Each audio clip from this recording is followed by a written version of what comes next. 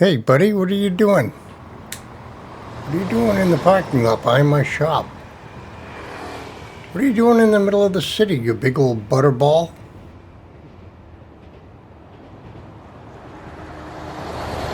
Hey, don't walk away from me. Hey, don't hide behind that tree. Hey, look out for the car. Don't hide behind the tree. I just wanted to invite you over for dinner.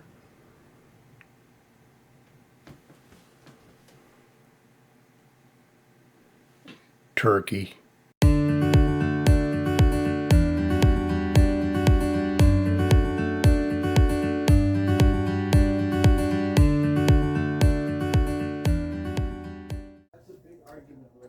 I'm feeling ambitious today.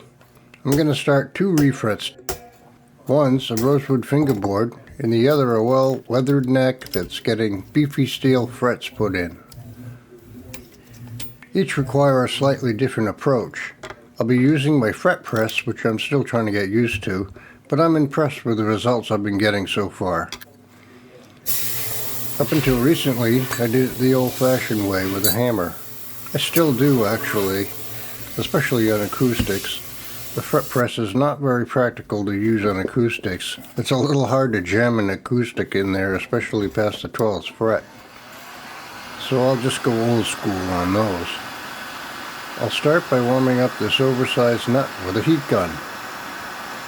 It gets pretty hot, so I use a mask to protect the finish. I'll be heating up the frets as well by using a soldering iron. Sanding the frets a little bit helps the solder flow better, and heating the frets softens up any glue that may have been used previously, because I suspect this one's been refretted before. The fret slots can get a little worn out with multiple refrets, so the fit may be a little loose and inconsistent. I'm going to use fish glue on the frets. You can see the old glue bubbling up when I heat it. Sometimes it helps to gently lift the fret a little bit, get the fret removers underneath.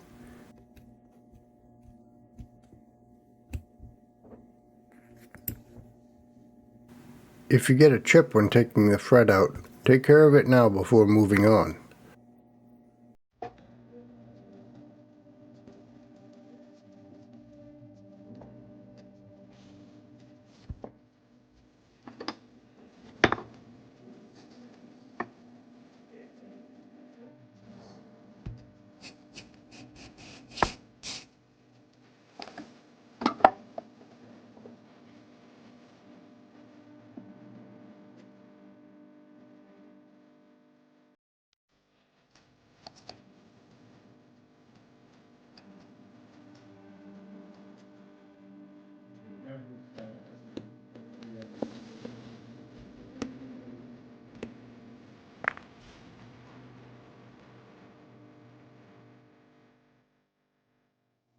Whether using a saw or a Dremel bit, you want the slot to be just a tad deeper than the fret tang. But be cautious when cleaning slots on a thin fingerboard. Some fret tangs are deeper than others, so keep that in mind when choosing frets.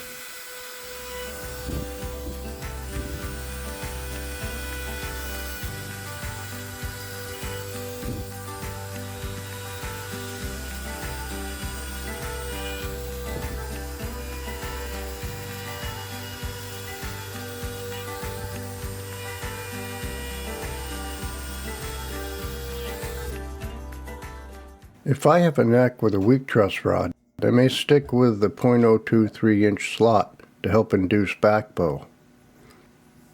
Leveling the fingerboard before putting frets in is absolutely necessary.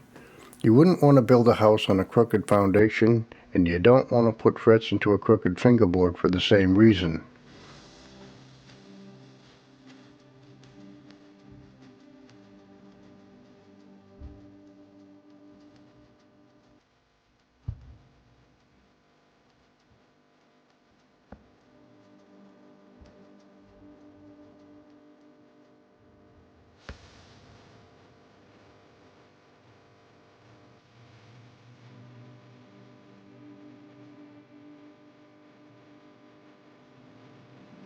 I'll give it a light sanding as well, up to about 400 grit.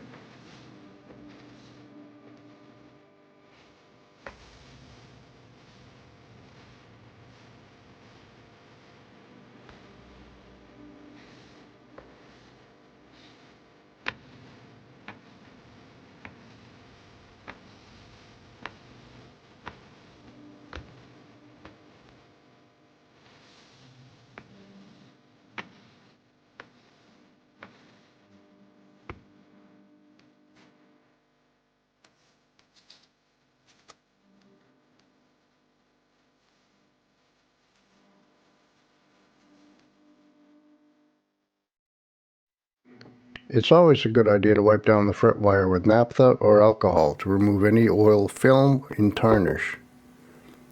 We'll be using a little glue later on, so it'll be more effective on clean wire.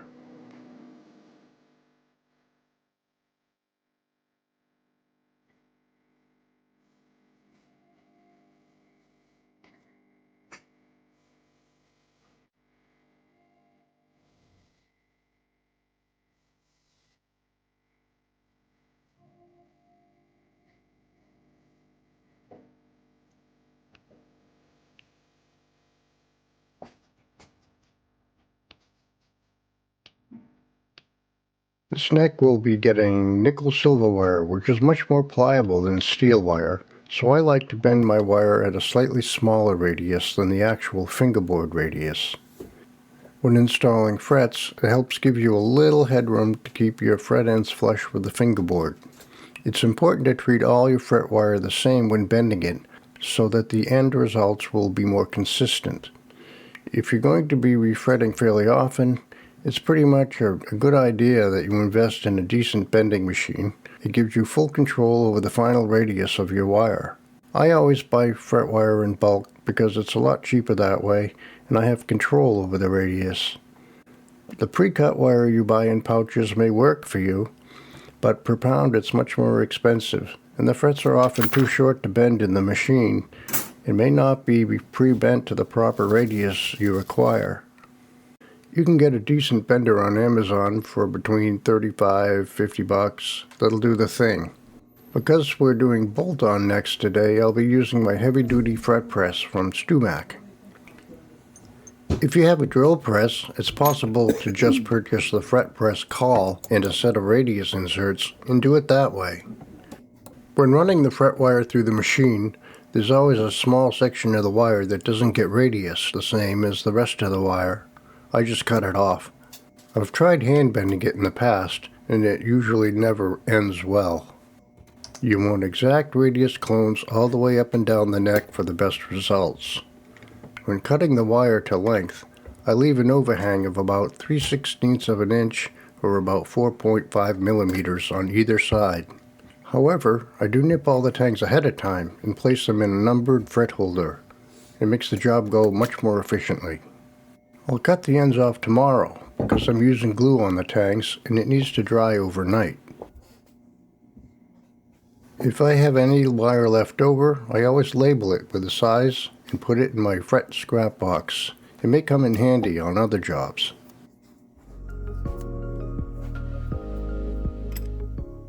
A pair of fret tang nippers is another extremely useful tool to have and a real time saver.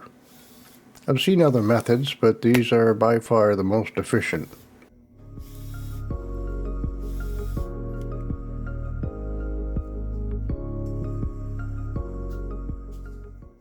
I think I'm due for a new pair, however. Occasionally the cutter will leave a burr that I need to file down carefully.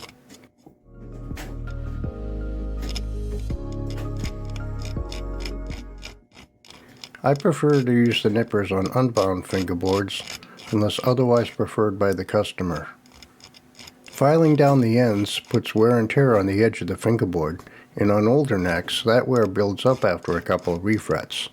Instead, I pack the small void with dyed wood filler and clean it up with Scotch-Brite or fine steel wool or sandpaper that I can buff out later. Nipping the tanks helps make dressing the fret ends go a lot faster and easier.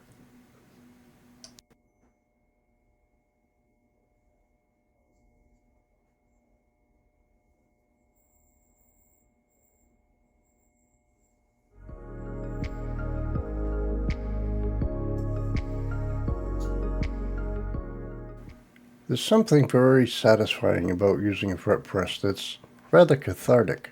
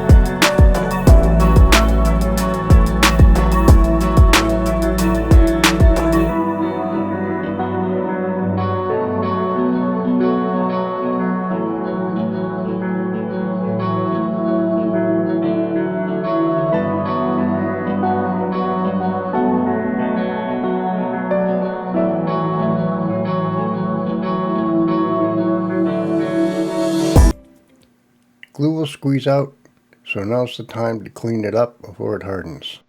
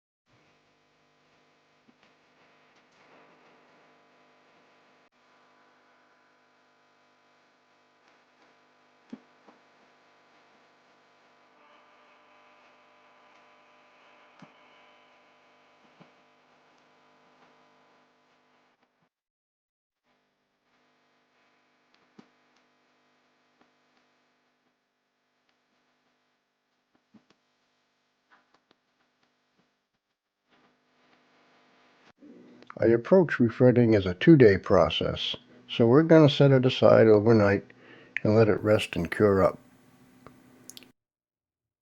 On to the next neck. On this one, I'm installing just cast stainless steel wire. As Fretwire goes, it's the biggest, beefiest, widest, and tallest wire they make. It's absolutely the hardest stuff I've ever had to deal with. It's hard to cut, hard to work, hard on the hands, and it's absolutely brutal on cutters and files. If this stuff were a knob, it would go to 12. When I radius steel wire, I'm very careful to get it exactly the same as the neck radius. Steel wire does not flex or conform to the radius like regular wire, and if you bend it too much or too little, it'll either pop up in the middle or the ends will not seat. Like the first neck, I cleaned out the slots with my Dremel 1180 tapered bit and set the top of the slot width to 0.025 or 0.63 millimeters. You'll need to use the Dremel 3/32 collet for these. Of course, you can use a fretting saw if you prefer, but I find this method 100 times more efficient. Remember that when using a tapered bit, the deeper the bit is, the wider the slot will be at the top. However, be conscious of the thickness of the fingerboard. A thin fingerboard may limit your choices of fret wire because some fret tangs may be too long for it. At the same time, keep in mind that you need to allow a little extra slot depth so the tang doesn't hit bottom. For example, 60 era strats have a very thin fingerboard, so a long tang wire would be inappropriate. You don't want to cut past the depth of the fingerboard. Keep these variables in mind when choosing your wire and setting up your router.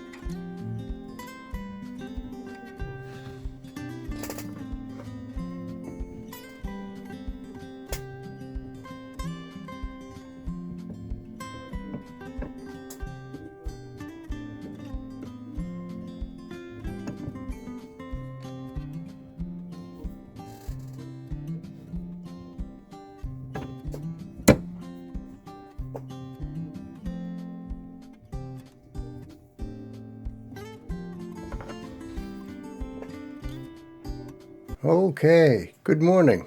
We're back to our rosewood neck. The glue is dried enough to allow us to trim the fret ends. I use these horizontal cutters in a vertical direction. I apply downward pressure with my thumb to help prevent accidentally lifting the fret out of the slot while cutting.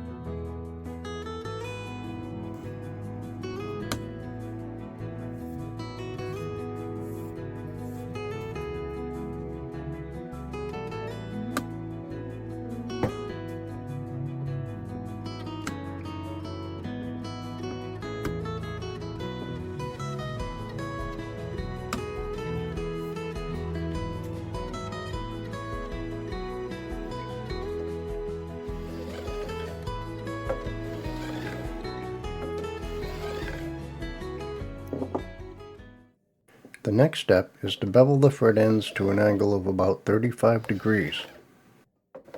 I file until I see a nice, even, tiny bevel along the entire edge of the fingerboard.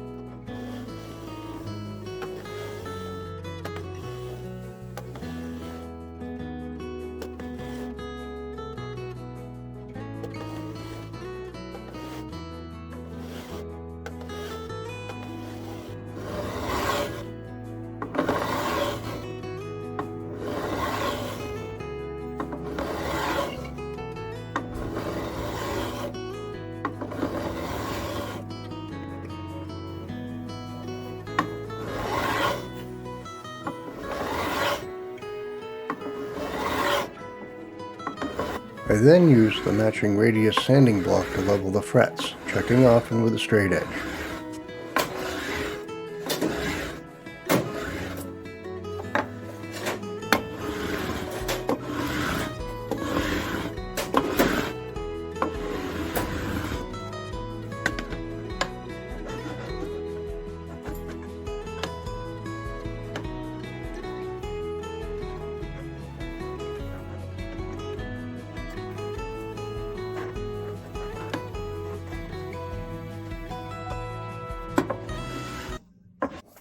Next, I use a crowning file to crown the frets.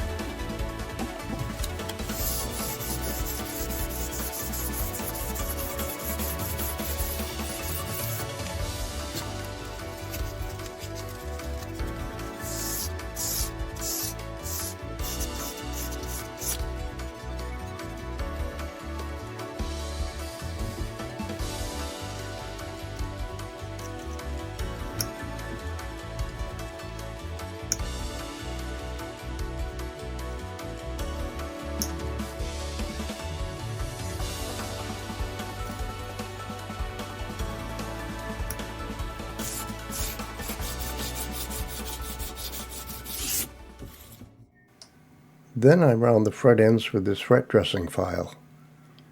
Here, I take special care to treat each fret exactly the same. There are different methods of doing this, but this is what works for me. 3 passes with a rotation of the wrist at a 45-degree angle seems to work well for this fret wire.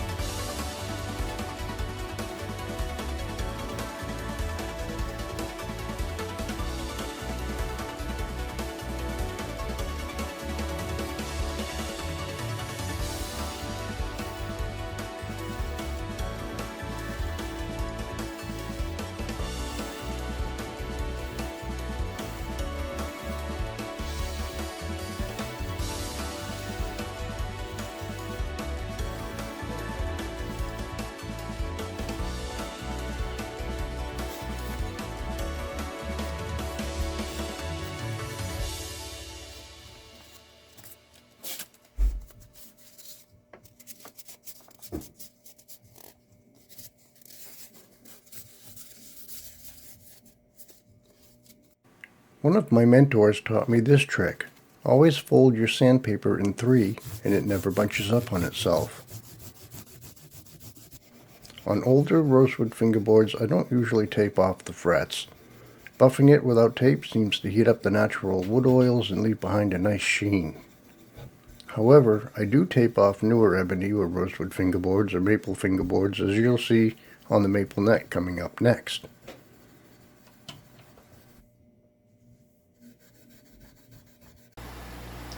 When buffing frets on the machine, you want to take care that you do not overheat the frets. It's possible they may overheat and shift, ruining all your previous hard work and require re-leveling. So it's better to move quickly in multiple passes to allow the fret to stay cool rather than linger slowly on individual frets.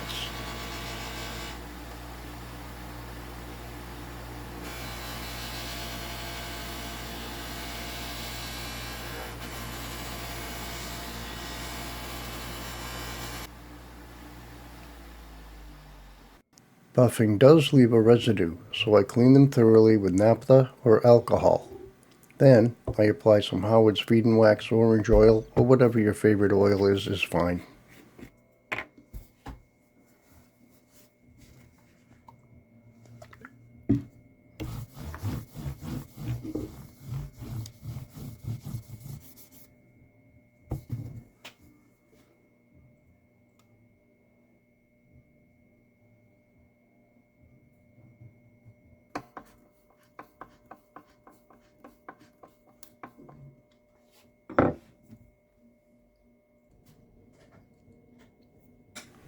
I'm replacing this oversized micarta nut with an unbleached bone, so I'll need a bigger blank and shape it to size.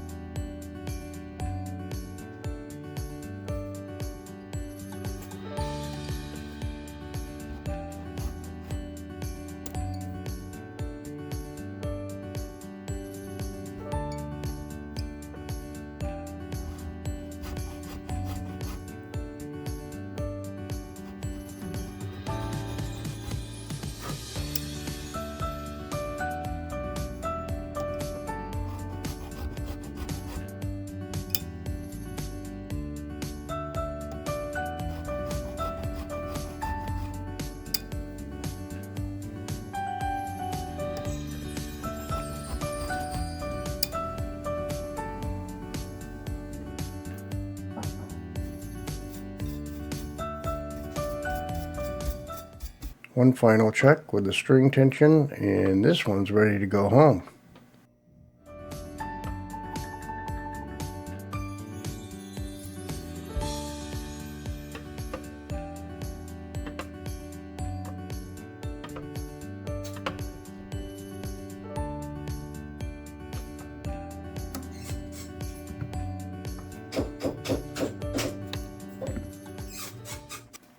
Back to our maple neck with steel wire that is also rested overnight. We repeat the process, except working with steel wire takes about 3 times the amount of elbow grease. It's much harder to work.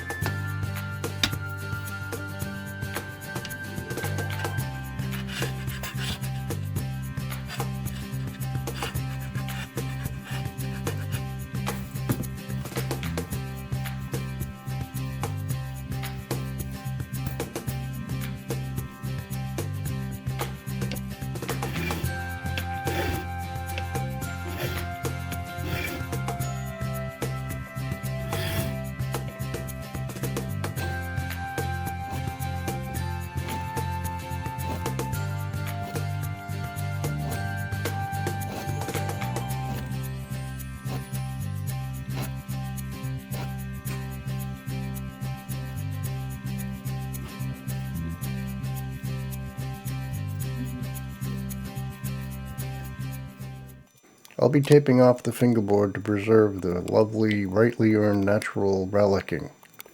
Off to the buffer with this one, and it's also ready to go home as well.